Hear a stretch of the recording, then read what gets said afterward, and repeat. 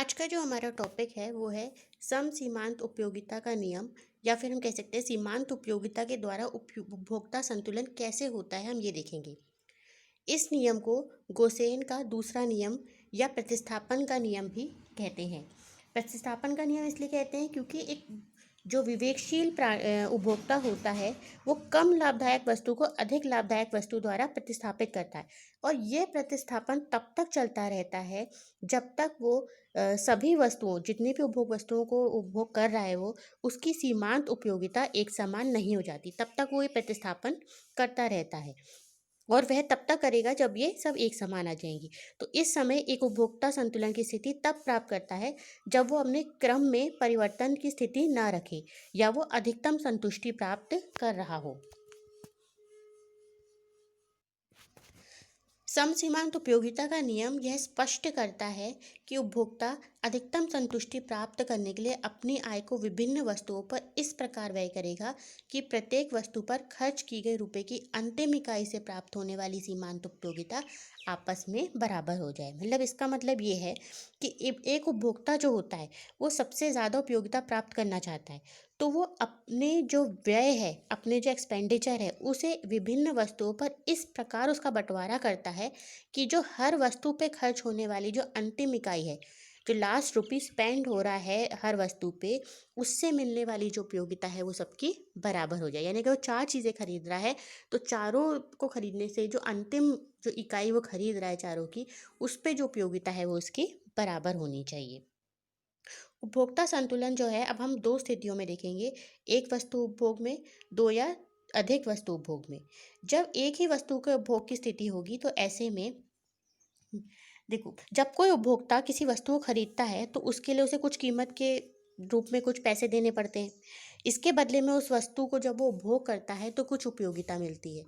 जो वस्तु की जो उपयोगिता होती है वो धीरे धीरे, हमने जो हासमान का सिद्धांत पढ़ा था, घटती सीमांत उपयोगिता नियम पढ़ा था, उसमें हमने देखा था कि हम जैसे जैसे किसी भी कमोडिटी को ज़्यादा यूज़ करते हैं या उपभोग करते हैं उसका, उसकी जो उपयोगिता है वो धीरे धीरे कम होने लगती है। हर इकाई के साथ उसकी वो सीमांत उपयोगिता जो है वो घटती चली जाती है। लेकिन जो मुद्रा की सीमांत जो उपयोगिता है, सीमांत उपयोगिता, वो स्थिर रहती है। तो अगर हम इसे जो मैं इस फॉर्म में देखें तो उपभोक्ता संतुलन उस जगह पे होगा जहाँ वस्तु की सीमांत उपयोगिता और जो मुद्रा की सीमांत उपयोगिता है वो बराबर होगी। यानी एक वस्तु की केस में यहाँ पे मार्जिनल यूटिलिटी ऑफ मनी और मार्जिनल यूटिलिटी ऑफ एक्स कोई कमोडिटी है वो बराबर होगी, वहाँ पे उपभोक्ता संतुलन में होगा। अब हम इसे एक उदाहरण द्वारा देखेंगे। यहाँ पे दी है इकाइयाँ। सेकेंड जो लाइन है उसमें दिया है marginal utility of x commodity, यानी सीमांत उपयोगिता। और तीसरी जगह दिया है price of the commodity. Price जो हमने है वो स्थिर माना है, ठीक है, इसीलिए सब जगह 20 है। और हमने जैसे अभी पढ़ा था कि जो सीमांत उपयोगिता है वो धीरे धीरे कम होती है, तो ये हर इकाई के साथ पहले 40 थी, वे 35 हो गए, फिर 30 हो गई, 25 हो गई, ऐसे करके डिक्रीज हो रही है। अब जिस बिंदु पे जो मार्जिनल यूटिलिटी ऑफ कमोडिटी है प्राइस के बराबर होगी, वही जो होगा हमारा होगा उपभोक्ता संतुलन, जो कि हमें 5th यूनिट पे दिख रहा है। देखिए, जैसे अगर हम एक एग्जांपल से देखें कि जैसे अगर एक चिप्स का पैकेट खरीदने जा रहे हैं, ठीक है, 20 रुपए का एक चिप्स का पैकेट है मान लीजिए, ठीक है। पहला अगर हमने लिया चिप्स का पैकेट तो 20 रुपए है, और उस समय क्योंकि ये पहला पैकेट है तो उसकी उपयोगिता हमें ज़्यादा है। फिर दूसरा पैकेट लेंगे तो उसकी कीमत में तो कोई परिवर्तन नहीं आएगा, वो 20 ही रुपए का रहेगा। और लेकिन जो उसकी मार्जिनल यूटिलिटी है, सीमांत उपयोगिता है, वो क्या हो जाएगी, कम, क्योंकि अभी हम एक पैकेट खा चुके हैं, तो अब उसकी जो सीमांत उपयोगिता है सेकंड पैकेट पे वो कम हो जाएगी। ऐसे जब तीसरा लेंगे तो उसकी कीमत 20 ही रहेगी, लेकिन अब जब तीसरा पैकेट हम चिप्स का खाएंगे तो वो उसकी जो सीमांत उपयोगिता है वो 30 हो जाएगी, और ऐसे ऐसे वो डिक्रीज होती जाएगी। और जिस बिंदु पे वो दोनों बराबर हो जाएगी, यानी 5वीं इकाई अगर हम 5वां पैकेट अगर हम खरीद रहे हैं, उस पे सीमांत उपयोगिता 20 है, उसकी कीमत भी 20 है, तो वही हो जाएगा उपभोक्ता संतुलन बिंदु। अगर हम इसे ग्राफ के फॉर्म में देखें तो हमने वर्टिकल एक्सिस पे तो लिया है marginal utility of money and marginal utility of commodity, और इस तरफ हमने ली है इकाइयाँ। तो जिस बिंदु पे, यानी यहाँ पे जो ई बिंदु है, इस पे जो मार्जिनल यूटिलिटी ऑफ मनी है और marginal utility of x commodity है वो बराबर है, इसीलिए ये कंज्यूमर इक्विलिब्रियम पॉइंट है, उपभोक्ता संतुलन बिंदु है। अब जो सेकंड केस होता है वो होता है जब दो या दो से अधिक वस्तुओं के उपभोग की स्थिति होती है, क्योंकि जनरली हम जो है एक वस्तु तो कंज्यूम करते नहीं है, हम बहुत सारी वस्तुओं को एक साथ कंज्यूम करते हैं। तो जब दो या दो से अधिक वस्तुओं का उपभोग होगा तो ऐसी स्थिति में उपभोक्ता संतुलन की कंडीशन हो जाएगी ये।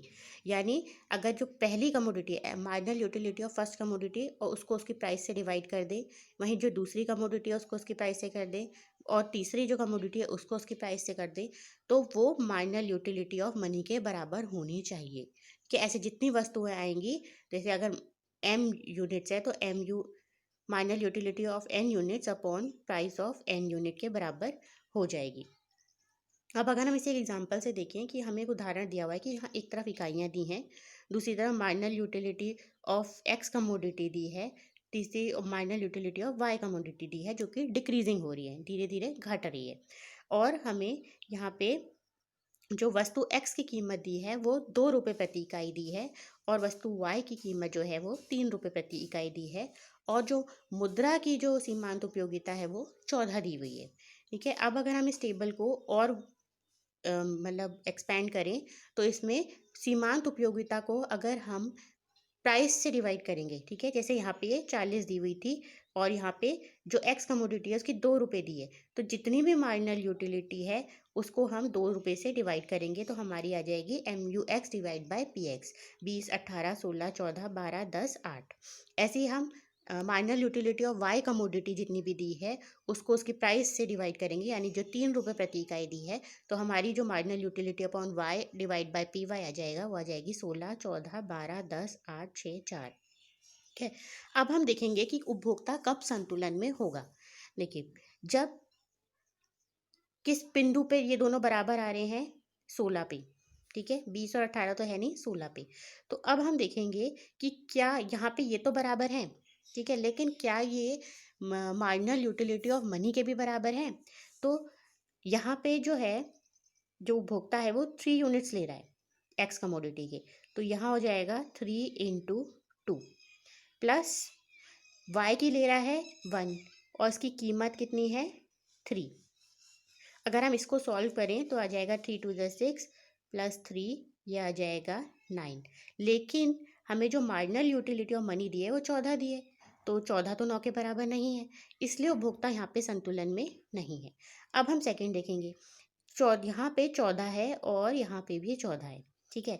अब हम देखेंगे कि अब क्या उपभोक्ता संतुलन में है, तो यहाँ पे ले रहा है वो एक्स की 4 कमोडिटी, 4 इकाइयाँ, 4 इंटू 2 प्लस वाई की ले रहा है 2, तो 2 इंटू इसकी कीमत है 3, 4 टू आ जाएगा 8 प्लस 6 जो कि आ रहा है 14, और 14 जो है वो मार्जिनल यूटिलिटी ऑफ मनी के बराबर है।